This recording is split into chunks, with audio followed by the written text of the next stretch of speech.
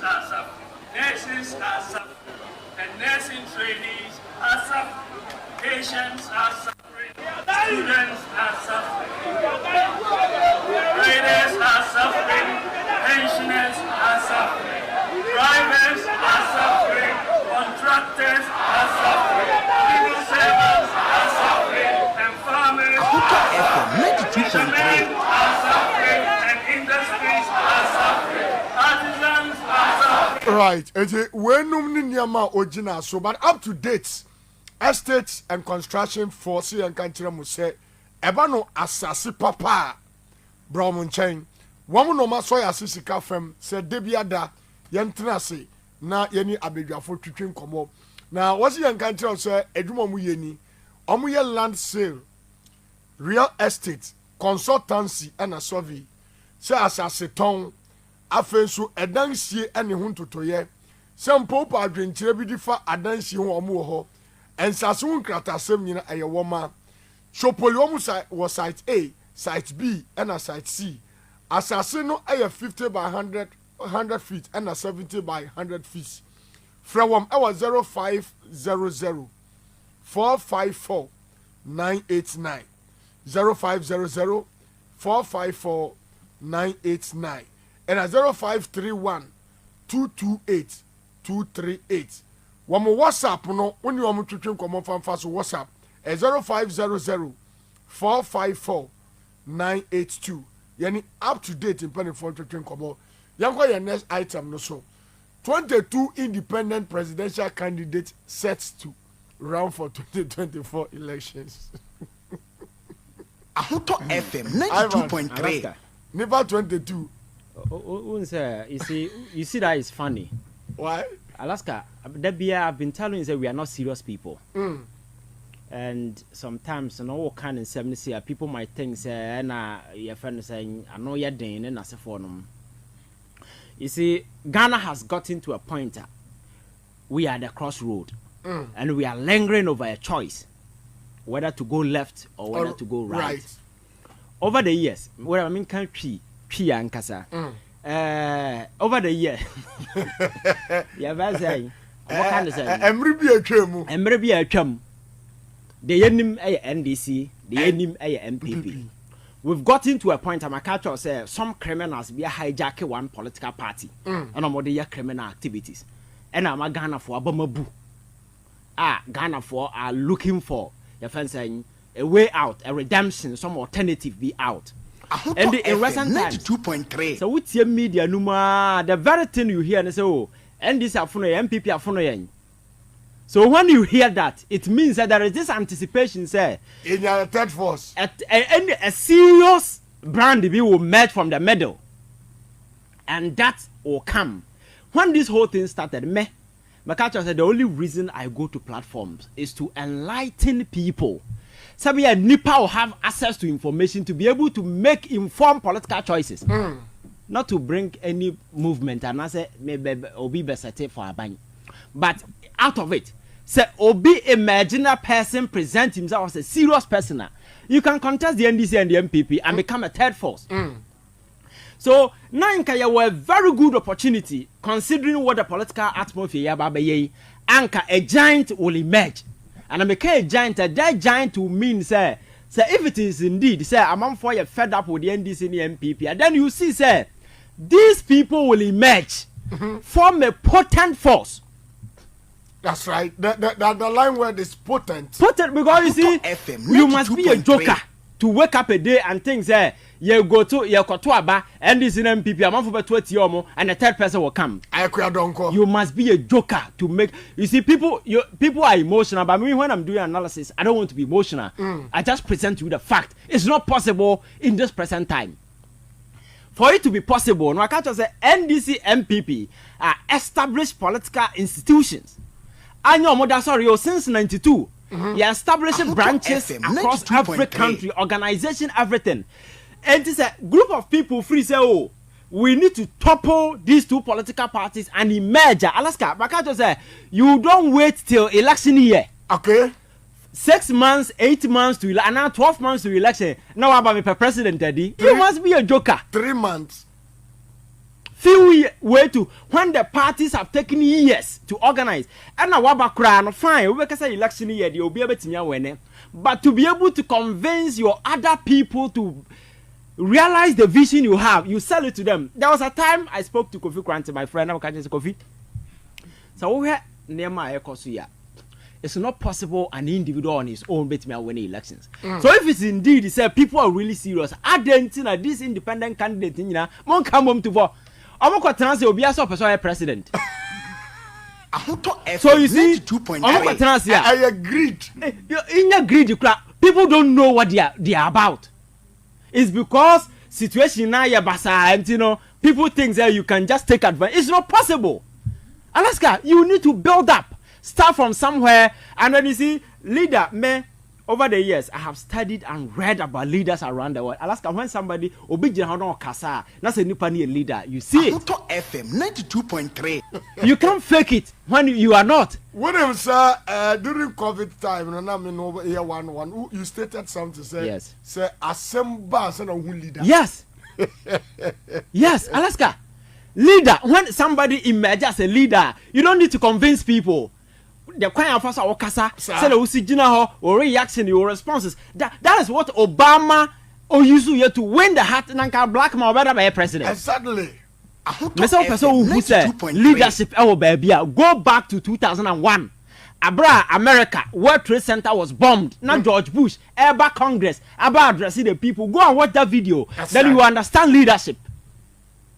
So you don't just wake up and I'm the president and can looking at where Ghana away. I could forward a down and Ghana for credit ni a hotoso politician mubium and think I quite not be anchor independent indeed is independent or her. You know, young come force. In America, two political parties, you know, among four have attempted for years FM 92.3 to topple these two political and not possible. In the UK, it's the same thing. Now, no crowd, the conservative buy rule for how many years? For 14 good years. And Sana, or free so I'm way for buying. So you see, and those of us looking out for Ghana, no, you can't say, yeah, no, now you wait till there is a change. The Bay Ghana will run. Exactly. And it doesn't matter who becomes president, Alaska, Ghana will continue. So our job is to ensure, say, whoever becomes president will do the right thing. Solve the problems, and even if the person is not willing to do it, you make sure that you force the person to do the right thing. And Nina Koko Bewia, among for no margin say, Obia say now say Nipa na or they are not serious. Because all you serious, who is serious, our power catches a one time till election time. That's right. When you know, say, you don't even have a base in a single constituency. How many of them are all sponsor independent candidate in Bo? Now, Parliament say, assuming without admitting that it's possible an independent person become president. Parliament not quite down. That's right. How it's not possible. You see, say yeah, is serious. And I said, Nipa didn't who yeah, we say, oh, this guy is really serious. But however, don't you think, sir, they also use that one as a cash cow? And I'm a business. Unless you are not smart, you see, some are your friends and a medium to advertise themselves. Like let's say a rich kid with money, he thinks there is a time for me to become a celebrity. There are people who think it's a time for me to get business way. It's whole lot of beyond in the way. But what in general we need to say? Why do you say these people are serious for power? What do you know? Did grow? Because me to see seriousness, you know, I need to see certain reorganization somewhere. Something starting somewhere. At least you have about 4, 5, 10 people I will sponsor to go to parliament. Then people will see, and as some of these things, concept, you can start here. You start from somewhere. Let people see near my wire. Now all of a sudden, there is a Obi Frame. I'll say, oh, UK. Only me will phone, only me by beer, no frame. Ivan, me person, me back Ghana, me president now. My TO communication, now me person over come home and say, oh, bodam. FM 92.3. Now, every time Alaska, Nippon, you don't even know me. The terrain now, but you don't even understand. You don't even know what is going on. I go over national chairman. Now, Alaska, now even for you to know that person is not serious, as some matters, I do we even discuss it on phone. So you see me, and as some way making, sir, near my way about 10 But because who you can to boga. We see there is this inferiority complex. Our Ghana for Arjun is not just what Yabonti, and that makes it. Now, Kwawena, Stekaya, or your concert. People will insult him. He says, "Me go school UK." No, but now go school. Now, Hana catches Oko UK, be a university, and I'm straight for one damn. Madame Fubidi, Obi Eba from US. He came with a guy. That's right. The guy is mentally. But yes. Of UK. Of US, never no problem for UK. So you see, and America say inferiority complex, you know, it's everywhere. Sometimes you see, if you believe in yourself, you have confidence in yourself, you don't need to travel, you don't need to go anywhere, you don't need to school anywhere. The confidence is about you, the person, what you know, what you have read, and that kind of way. Then the guy though, it's not about your first who go school with Jerusalem and I go school away. I don't know. And coming away. I've a winner, sir. Electoral Commission at this party a business. But when it comes to IPAC, because you're too a buyer, when you say your party be walk could have your friend fish. Alaska, me say, we see over the years we've seen these toy parties and jokers over the years. If you don't come in the modern or mama, now to that sort of say, yes, the NDC and PP in Yentino, my son could have done quite here. Now I'm a crack to be on pool. Alaska, now Alaska, more Dama could be with also President Eddie. We need to get serious. We really need to get serious. Oh my! Now, that's our culture. We are on party. Oh my! About them. His Excellency. What's one of our company? Bobby, I see a Mompire Mount. Alaska, we need to get serious. Media and say, at the end of the day, no, we need to fix because whichever way you see it, a nipa doesn't never be the president. That's right. But we need to make sure, say, irrespective of where you are. Say nipa no didn't say muna because my cat say nipa doesn't need what the power man and one checkina. That's right. And that is what we need to do as citizens. Now you need emotions into nchain. Now you set your home as a reasonable group of people. Now so be free nchain, but that person is really serious. Now I know just power now introducing the policies in an initiative. Now him nyansa woman. Why not? You vote for the person, but you don't play with the minds of the people thinking say the situation now yes some basa you can just take it. No. 32 people. 32 people. Ask yourself, say, if you're really convinced, say Ghana our problem. Now NDC and MPP for the past 92 since 92 enyamwayampa. Now say we are a group of people with resources na yeah but Alaska I didn't see your kind. Say yan trance na yan discuss na yan come back. Now say at that level personal ambition you cannot sacrifice it to become how then know to be leader. You think leadership is a joke? Exactly. You are right. Yes, at the individual level, no, you can't even sacrifice your personal ambition to be president, you know. For Obi, na moon form something very potent. Now 22. On beto abano, electoral commission be half for Twagu. Na say no there because when do na create any office war. And I'm telling you, some of these guys are up president. Ebinum na yere kura nim so president Eddie. That is how serious it is. Nipa no so president Eddie no. Na yere kura nim. So you can imagine you bet me to about the whole Ghana trip. So it's a waste of time. Already Nabusia for kura. Nabusia panyin kura nim so president Eddie. Alaska a business na man for day. And these people are not serious. The last time I was watching this guy I'm friend saying is it yes. He went to one of the deplorable communities in Accra. Is it is it Choco or something? Okay. Alaska. Adeba Kwan a signature. Our Ghana has a poverty. That's right. And it's Adeba Kwan man for Pemo PA. He goes to that community so campaign. Sa toy cars be na and no you see just sometimes you know sa cars you know those laws reading as for now what ko gina choko and now what so people will not take you serious you see and because leadership is a whole package. Sometimes you need to be appealing to the sentiment of the people. What it is anema way so a poor community so you tell them say we no exceptional. Now Alaska now you see this attitude of me wo misika dada na mabo me bra wie eno ho na yete hayo eno ho na yete hayo akufo adoba na kache so abo ne bra nwa wie na me kra da me disika ye dan eno nie maka kire say amamuo no enye sika e ya adwen na yensi obia ho kwan. Now if you really mean it, let people know say you are really serious. Don't come and play on the intelligence of the people. Don't come and assume say people are stupid. Don't come and assume say you can just fake yourself up now. I'm the new Kwame Nkrumah. Kwame Nkrumah no who and now ba. FM 92.3. Yes. Alaska, be yourself. Don't be imitating Kwame Nkrumah or no. Be who you are. Right. Sell your ideas, policies to people. Let people know. Say, me, I never quite hammer with all these independent candidates. And say, I don't see say, any of them is serious. That's right. They are not serious. So I know that the argument, the same NDC MPP, no so. Because let's say I want to vote for the NDC. Let's say I want to vote for the MPP. I'm tired. And let's say I'm looking at an alternative. I am not looking at some Kotuma Basa, no. I'm looking at Obi Amedemana indeed. Or you ready so bet me win the power, no? Because at this time, Ghana future is at the crossroad. And somebody 2 million money partner me just a waste. Do you think I will give my vote to the person? No. When the partner no one dream no on him say power be no ope, but the popularity contest be now bana over show over man for who know. Because are you serious, sir? Makato say you don't imagine 2024 so a president did.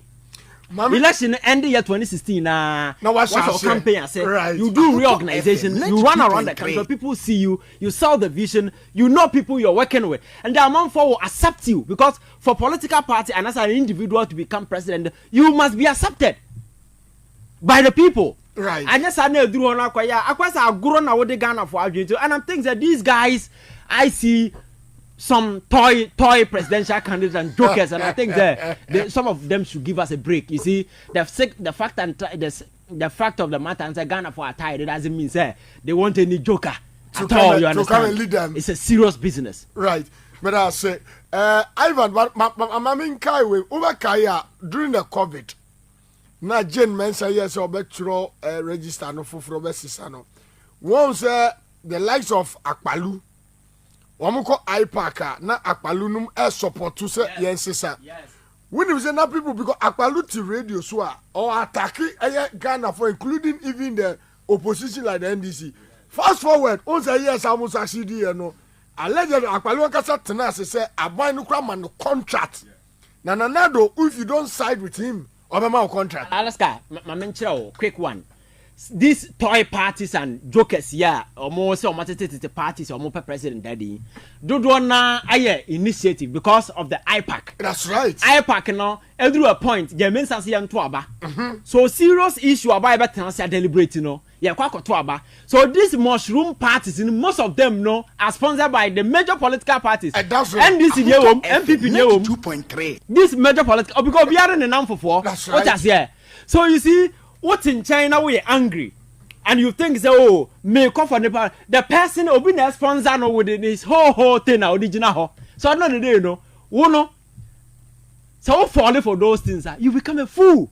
That's right. What does America no so I think that you see FM emotions in film now you face the reality. That's why I always tell people so me I'm a realist. That's it. Issue no I mean who knows there and that is the fact.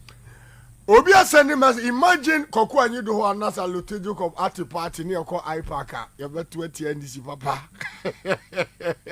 Level radio 92.3 the show is getting hotter and hotter and interesting but time wisdom dugan was Alaska management 80 kromba oda no ni botom mo na mo de ka mo so na mo ye mi yie me won sam kan so otamenti mintumen kan wisdom dugan ebi kura po advocate se ya fa 6 pm ye chairman tie oza Alaska ye chiao ene djuma pa wo di o in fact o panelist no e ma ye feel o se obi so tifie mama ni feelings about but your feelings amu dey wo him Gabriel Hasalami also the way for Lembele also Alaska also o panelist no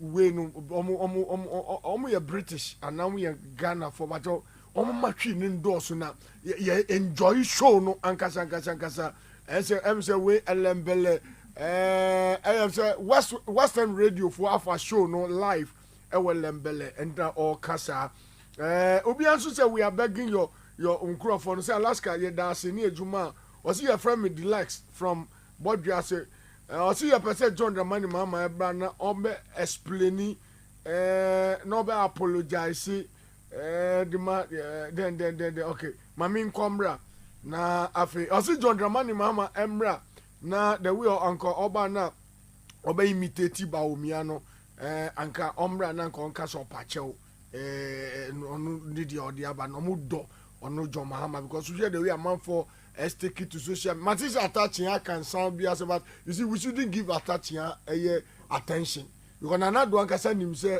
onye relevant into appointment ko waje finisem ni aka say man for rains ebini ajapade book want John Bodu there be you shouldn't bring that okay Alaska 22 independent presidential candidate actually my name's a benefit be or who so mu too kind there because my TV visa say omo the premium of visa as a diplomatic visa so I think and also can because if not any benefit what is they saying say over sorry 3 months to election also me call presidential candidates because there is a structure you have to put in place structure is very strong from the foundation to the top right so mintiasie but two the other side no say to dey bia na mususu say oh Baumia being an economic wizard, watch me say economy there, and then let me push my way through because I can also miss meet me a yenia Baumia a year and met me a year chance.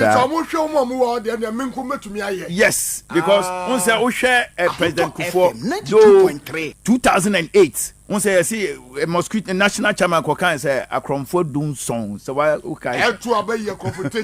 And I never because some who say say His Excellency Kufo to me bu oman no na oman na ko chiwa say and yensu ye betumi aba e manipa do son e contested that election so the other condition is say omususu say e to de bia mo bu oman na omufu so mo nim dia om be bu oman ma om ho ato na at the end of the day no man ko bone no ye nyina yensu enko contested bi but entumi nye dwuma saa if you say esese mo kam ho bom mo ni pass 22 nyina mo kam ho bom na mo nya one leader and I'm betting me fight it. Some when you're going to make winning the election, but an individual there, I think it's a waste of time. I know the main come from me time no kakra no mesa kasa about me away na kakra because about the economic issue no me when me kasa be brain fa ho. Right. Yes, because ni about me aka no me say Ghana for ye ni brepa me say ya so soft ya so calm say yen to me koye bibi basa entu sa crofo enfi flax because we share Baumia ni brother say impono Baumia we president we be president no do auditor general say we brother na Ibrahim Mahama no contract out the man no and kese say oh yes 60-kilometer road the brother ni why Ibrahim Baumia that's right 60-kilometer road auditor general report say we only 20 kilometers but what is 60-kilometer road sika egu kotokum oh yeah vice president imponi oh yeah vice president imponi nti say oh yeah we na o ka kire Ghana force yensa to abama wa ebe ye din o buy na o ka kire yensa you move from taxation to production but under your economic management now we leader no why ya ma all the 40 taxes abeka adwuma ho ama ne Ghana for esu enunti ama 66 foreign company so mu ye adwuma o Ghana ha no mu fra you for ye adwuma no o nyina adwane afi krom ha enti no me masemo ameka ni say ways and means omo person mu di winning election no is true one mu di egu electoral commission ho but my advice to the national executive ni say yen sorry njira ho waka if you say nyama na ekoso no on person mu use electoral commission to declare Baumia 2024 na o man hwe ya na de how abre o man Ghana me da say Ivan me be bia human but answer na no me bot tape bi di amount in 2 minutes comment wo ho abrantie we kasa de ma nana do dan o kasa de ma Dr. Mamudu Baumia your friend no Miracle Dennis Abuaji na ti asema okay you see infrastructure ya dey say dey bem kra say ekufa dey say kan say man transfer afebo e say man transfer afebo e say man ekufa ko foka dey kan say man ko infrastructure dey wunim infrastructure no